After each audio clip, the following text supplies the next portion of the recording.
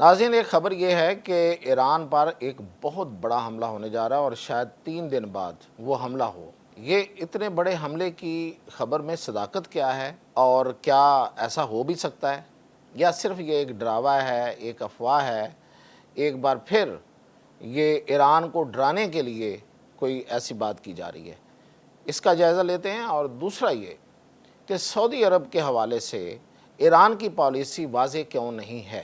یہ جو دعویٰ کر رہا ہے اسرائیلی میڈیا کا مطلب اسرائیل ہے، وہ جو دعویٰ کر رہا ہے، جو وہ افواہیں پھیلا رہا ہے، کیا اس میں حقیقت ہے یا وہ صرف آگ لگا رہا ہے؟ اگر وہ آگ لگا رہا ہے تو کیا یہ آگ لگ جائے گی؟ یہ آگ لگے گی تو یہ پھیلے گی، تو کیا آگ لگنے والی ہے یا آگ لگ چکی ہے؟ ان خبروں کا اور اس کے بیک گراؤنڈ کا، اس کے پس منظر کا جائزہ لیتے ہیں میں عطا ہے۔ دیکھیں، سب سے پہلے تو اسرائیل کی بڑی پرانی خواہش رہی ہے اور ہے، ظاہر ہے اس کا تو ایجنڈا ہے۔ اب کوئی اس سے ناواقف ہو یا اس سے کوئی دوسری رائے رکھے تو وہ ایسے ہی ہے کہ جیسے وہ سورج کے سامنے آنکھیں بند کر کے کہے کہ رات ہے۔ اسرائیل گریٹر اسرائیل چاہتا ہے، اسرائیل عراق، ایران، شام، ان سب کی تباہی چاہتا ہے، ایون سعودی عرب کی، اور وہ ان سارے علاقوں پہ قبضہ کرنا چاہتا ہے۔ یہ وہ خود کہہ چکے ہیں، وہ اپنے نقشے جاری کر چکے ہیں۔ اب دیکھیں، 2 مہینے بڑے اہم ہیں، اکتوبر اور نومبر۔ ان 2 مہینوں سے کے نزدیک جا کے نہیں، اس سے پہلے کچھ ہونا ہے اور کرنا ہے انہوں نے۔ یہ آپ سمجھیں کہ یہ ان کی، وہ پنجابی میں کہتے ہیں نا کہ آت آگے لڑائی ہے، یعنی کہ آر یا پار۔ کیوں یہ اہم ہے میں بتاتا ہوں اور اس کا تھوڑا سا تجزیہ کرتے ہیں۔ مثلا اکتوبر میں اسرائیل کے الیکشن آ رہے ہیں، اسرائیل میں الیکشن ہونے جا رہے ہیں، اور تمام سروے یہ کہہ رہے ہیں کہ نیتن یاہو لوز کر رہا ہے، نیتن یاہو ہار جائے گا اس دفعہ یہ الیکشن۔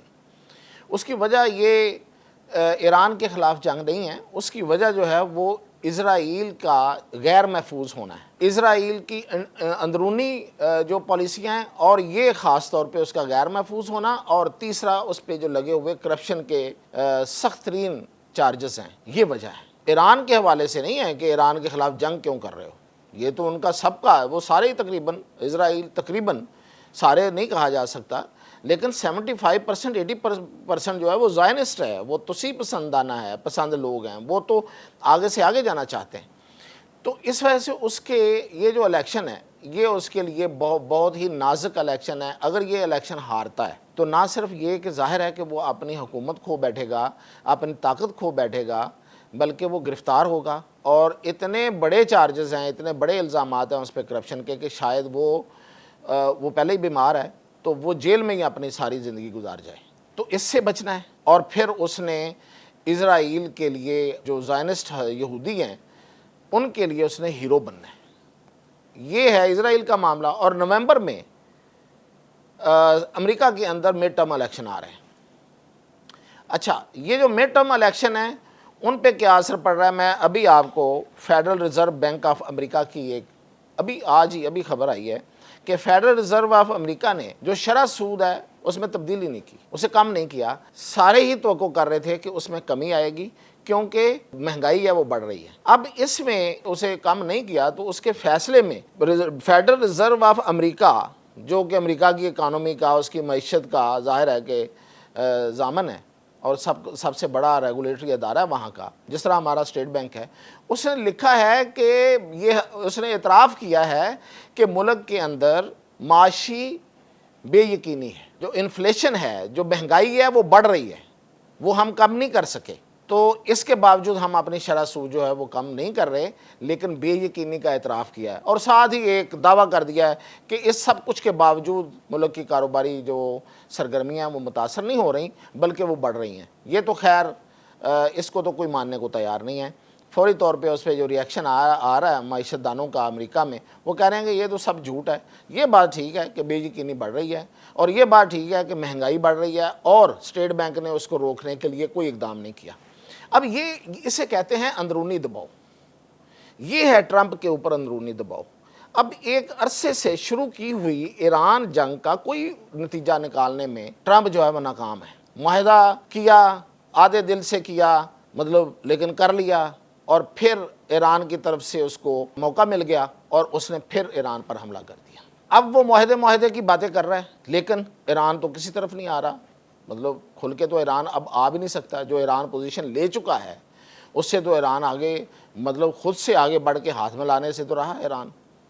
تو اس لیے اور اب وہاں پہ نیتن یاہو جا کے بیٹھا ہوا ہے، گو کہ وہ اپنے بیانات سے، ٹرمپ اپنے بیانات سے تاثر یہ دے رہا ہے کہ وہ نیتن یاہو کے بہکاوے میں، اس کی چالوں میں نہیں آئے گا، لیکن حقیقت یہ نظر آ رہی ہے، جو اندر کی خبریں ہیں وہ یہ بتا رہی ہیں، اور جو یہودی میڈیا ہے وہ یہ خبریں دے رہا ہے کہ نہیں، یہ سب کچھ جو ہے یہ دکھاوا ہے۔ اصل میں ایک پلاننگ ہو رہی ہے، اور وہ پلاننگ یہ ہے کہ اس وقت برطانیہ میں B-152 طیارے جو ہیں، جو ایک وقت میں ہزاروں پاؤنڈ وزنی بام جو ہیں، وہ درجنوں بام جو ہیں وہ پھینک سکتے ہیں، وہ تیار کھڑے ہیں۔ اور پھر یہ بھی اطلاعات ہیں کہ شاید ایٹ اے ٹائم ایک منصوبہ ہے اسرائیل کا کہ ایٹ اے ٹائم ایران پر 1500-1600 میزائل فائر کیا جائے۔ یہ اسرائیل کا منصوبہ ہے، اور وہ اس سے شیئر کر رہا ہے، اور اس مقصد یہ ہے کہ اتنا بڑا آن سلاٹ کر کے، اتنا بڑا حملہ کر کے ایران کو سنبھلنے کا موقع نہ دیا جائے، اور خاص طور پہ اس کے جو انرجی کے ذخائر ہیں ان کو نشانہ بنایا جائے، تاکہ اس کے جو جہاز ہیں، اور جو جہاز تو خیر ان کے پاس کم ہی ہیں، لیکن جو میزائلوں کو لیے پھر رہی ہیں، ان کی بیٹریز اور ٹرکس جو ہیں ان میں بھی پیٹرول نہ رہے۔ اس حد تک وہ کہتے ہیں کہ ہم انرجی کو نشانہ بنائیں گے تاکہ ان میں پیٹرول نہ رہے، اور وہ جو ابھی حملہ دینے سے قاصر ہو، وہ کر نہ سکے۔ ایک تو اتنا بڑا حملہ ہوگا، اور دوسرا ہم ان کے جو پیٹرول شٹرول وہ ختم کر دیں گے، تو اس طریقے سے وہ حملہ نہیں کر سکے گا، وہ اپنی کو موومنٹ ہی نہیں کر سکے گا۔ اب جو یہ خبریں آ رہی تھی کہ سٹرنگر میزائل جو ہیں وہ خرید رہا ہے ایران، تو اس کے بارے میں ماہرین یہ کہتے ہیں کہ سٹرنگر میزائل کا ایران کو فائدہ کیا ہے؟ سٹرنگر میزائل ٹائپ، یعنی کہ میزائل جو خرید رہا ہے چائنا سے، وہ تو آپ کندھے پہ رکھ کے چلاتے ہیں نا، تو کندھے پہ رکھ کے تو آپ دو جگہوں میں نشانہ بنا سکتے ہیں۔ ایک آپ بنا سکتے ہیں جو زمینی فوج ہے اس کو، اور دوسرا اگر کوئی لو فلائی کرے آ کے جہاز، تو اس کو آپ نشانہ بنائیں گے۔ امریکہ اور جو اسرائیل کے جہاز ایران میں آتے ہیں وہ تو بہت ہائی فلائی کرتے ہیں، بہت ہائی الٹیچوڈس پر فلائی کرتے ہیں، تو وہاں سے ان کو نشانہ بنانا سٹرنگر میزائل سے تو ناممکن ہے۔ تو یہ جو سٹرنگر میزائل والا جو اگر وہ لے بھی رہے ہیں تو ان کا کوئی فائدہ ان کو وہ کہتے ہیں ہوتا ہوا نظر نہیں آ رہا۔ اب دوسری طرف ہم آتے ہیں، یہ تو ہے کہ جو منصوبے بن رہے ہیں اور جو اندر خانے باتیں ہو رہی ہیں، اور جو بظاہر لوگوں کو دھوکہ دینے کے لیے ٹرمپ یہ کہہ رہا ہے کہ میں اس کے بہکاوے میں نہیں آؤں گا، لیکن اصل میں ایک بساط بچھائی جا رہی ہے ایک بڑے حملے کی، تاکہ اکتوبر اور نومبر سے پہلے نتیجہ نکالا جائے، اور اپنی مرضی کے نتیجے لے کے واپس جائیں اپنی عوام کے پاس، اور وہاں سے پھر وہ ہیرو بن کے تو ادھر سے جو نیتن یاہو ہے وہ جیتے، اور ادھر سے ٹرمپ جو ہے وہ جیتے۔ یہ ہے اندر کھاتے جو بن رہی ہیں۔ اور میں نے ایک خبر آپ کو پہلے سے دیتا آ رہا ہوں کہ جو زمینی فوجیں اتارنے کا بھی آپشن جو ہے وہ ان ملاقاتوں میں زیر بحث ہے۔ یہ اور بات ہے کہ ماہرین یہ کہہ رہے ہیں کہ زمینی فوجیں پھر اس کو کم از کم 2 لاکھ فوج اتارنی پڑے گی، کیونکہ ایران کا جو جغرافیہ ہے اس میں آپ چند ہزار فوج سے یہ کام نہیں کر سکتے، اور اگر آپ کریں گے تو واپس جانا مشکل ہوگا، ان فوجیوں کا کارروائی کر کے واپس جانا مشکل ہو جائے گا۔ لیکن ہو سکتا ہے یہ مکس اینڈ میچ ہو کہ ایک طرف وہ حملے ہو رہے ہوں اور دوسری طرف جو ہے وہ فوجیں داخل ہو رہی ہوں، تو بہت ہی ایک وہاں پہ موساد کا چیف بھی بیٹھا ہوا ہے جا کے، اور ایک جو پلاننگ ہے وہ تقریباً سر جوڑ کے بیٹھے ہوئے ہیں اور کسی کو پتہ نہیں چلنے دے رہے، لیکن کہیں کہیں سے خبریں نکال بھی رہے ہیں تاکہ یہ گونج رہے، اور جب وہ پھر آئیں تو اس سے پہلے جو ماحول جو ہے وہ بن چکا ہو۔ اب ہم آتے ہیں سعودی عرب کے حوالے سے۔ سعودی عرب پہ جو حملہ ہوا ہے اس پہ بھی اب دیکھیں کہ جو یہودی میڈیا ہے وہ ایک پروپیگنڈا کر رہا ہے۔ وہ یہ کہہ رہا ہے کہ کان ایک نیوز ہے، کان نیوز ان کا ایک ایجنسی ہے خبروں کی، وہ یہ کہہ رہے ہیں کہ جو عراق سے حملہ ہوا ہے دراصل اس کے پیچھے ایران ہے۔ اور ایران کی مدد سے ہوا ہے. ایک ہوتا ہے پیچھے ہونا, ایک یہ وہ کہہ رہے ہیں ایران کی مدد سے ہوا ہے. اچھا, اب وہ کہتے ہیں, یہ بھی دعویٰ کر رہے ہیں کہ جو سعودی عرب نے جوابی کارروائی کی ہے تو اس میں ایرانی پاسداران انقلاب وہاں پہ نشانہ بنے ہیں عراق کے اندر.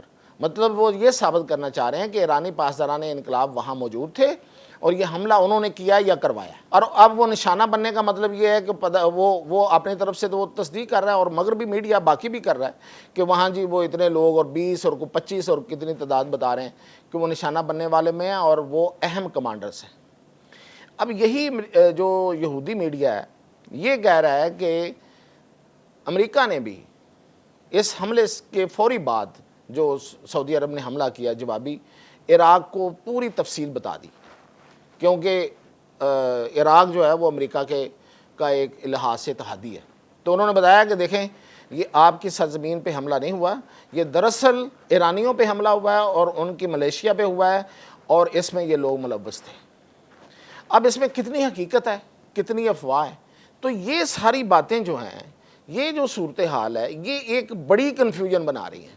اور جو بڑی کنفیوژن ہے اس کے نتیجے میں اس خطے میں اب جو اگلا جنگ کی جو صورتحال ہے اس میں اس کا مطلب یہ ہے کہ پھر یہ جو کنفیوژن ہے یہ ایسی جنگ میں تبدیل ہو جائے گی کہ اس میں سب کو شامل ہونا پڑے گا اور سب شامل ہو جائیں گے. اور سب کون ہوں گے؟ جو سارے کے سارے ایران کے خلاف ہیں. تو ایران کو تو اپنے ساتھ کسی کو تو رکھنا چاہیے نا. دیکھیں آپ اکیلے تو جنگ نہیں لڑ سکتے, کوئی بھی اکیلے جنگ تو نہیں لڑ سکتا. اب پہلے تک تو پاکستان نے بڑا ہی جارحانہ سفارتکاری کر کے یہ رول ادا کیا اور ایران اور سعودی عرب کے درمیان خاص طور پہ جو غلط فہمیاں وہ پیدا نہیں ہونے دی. فوری کلیئرٹی کرائی, ادھر سے بات ہوتی تھی تو ادھر سے ہو جاتی تھی, ادھر سے ہوتی تھی تو ادھر سے ہو جاتی تھی.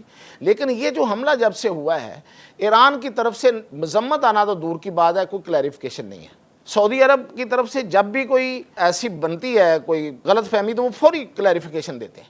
اب پاکستان اس میں کتنا ہی آگے جا سکتا ہے جب کوئی دوسرا ملک جو ہے خاص طور پہ ایران اپنی پوزیشن کو خود نہیں بچانا چاہ رہا اور سب کے سب کو اپنا دشمن بنانا چاہ رہا ہے. دیکھیں جنگ لڑی جاتی ہے, جب میدان جنگ میں ہوتے ہیں تو کوشش یہ ہوتی ہے کہ آپ کے دشمن کم سے کم ہوں یا پھر باری باری آئیں.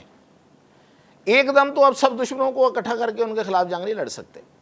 تو یہ ہے ایک ساتھ ہی سب دشمن اپنے جو بھی اگر یہ ان کو دشمن ہی سمجھتے ہیں, جبکہ سعودی عرب تو ساتھ ساتھ کہتا جا رہا ہے کہ ہمارا ایران کے ساتھ کوئی دشمنی نہیں ہے, ہم ایران سے تو تعلقات کو بہتر کرنا چاہ رہے ہیں. تو یہ کنفیوژن جو بنتی جا رہی ہے, اور اگر یہ صورتحال جو ہمیں خبریں مل رہی ہیں واشنگٹن سے اور یہ جو خفیہ خبریں جو خود ہی وہ نکال رہے ہیں اور اس طرح کی جو ٹپس دے رہے ہیں, یہ اگر ٹھیک ہیں تو یہ جنگ بہت بڑی جنگ ہوگی اور اس جنگ میں آل اگینسٹ ایران ہو جائے گا. تو یہ نہیں ہونا چاہیے. اور پھر اینڈ پہ میں ان لوگوں کے لیے یہ بغیر کوئی تفصیل بتائے ایک ٹپ دینا چاہتا ہوں جو یہ سمجھ رہے ہیں کہ پاکستان صرف باتیں کر رہا ہے, سعودی عرب کا ساتھ نہیں دے رہا, پاکستان ساتھ دے رہا ہے. اجازت دیجیے.